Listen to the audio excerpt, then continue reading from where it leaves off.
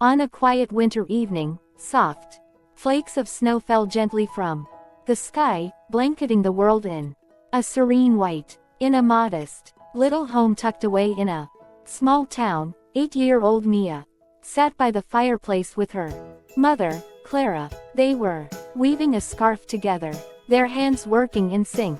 As the warm glow of the fire illuminated their faces, "Mama," Mia asked, her small voice breaking the silence, "why do we have to make everything ourselves? Other kids buy their scarves and sweaters." Clara paused, her hands resting on the threads. Her eyes softened as she looked at her daughter, who sat cross-legged on the floor. "Because, sweetheart, when we make things ourselves, we pour love into every stitch. Do you remember the blanket your grandmother made for you when you were born?" Mia nodded, glancing at the worn but cherished quilt draped over the couch. "It's my favorite. It feels like a hug." Clara smiled.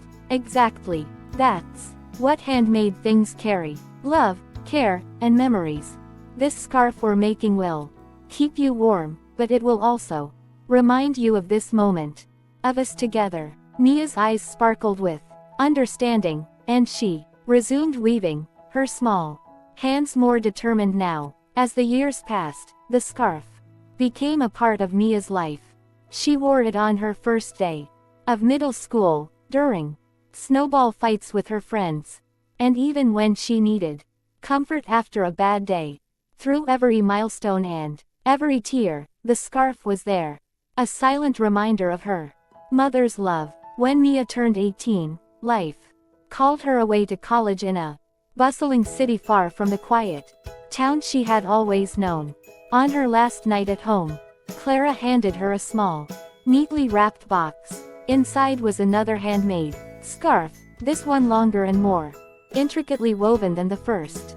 The colors were a mix of Mia's favorites: deep blue, warm yellow, and a touch of lavender. "I thought you might need a little piece of home," Clara said, her voice trembling slightly. Mia threw her arms around her mother, tears streaming down her cheeks. "I'll treasure it forever, Mama, just like the first one." Years later, when Clara grew older and her hands could no longer weave, it was Mia who picked up the threads. She would sit by her mother's side, crafting scarves and blankets, as they reminisced about the past. One snowy evening, as Clara rested in her armchair, wrapped in one of Mia's creations, she smiled softly. "You've learned well, my dear. It's not just the threads that bind these scarves together, it's the love between us." Mia held her mother's hand, her heart full of gratitude and love. The threads they had woven together over the years were not just scarves and blankets. They were a tapestry of memories, binding them in a bond that no time or distance could break.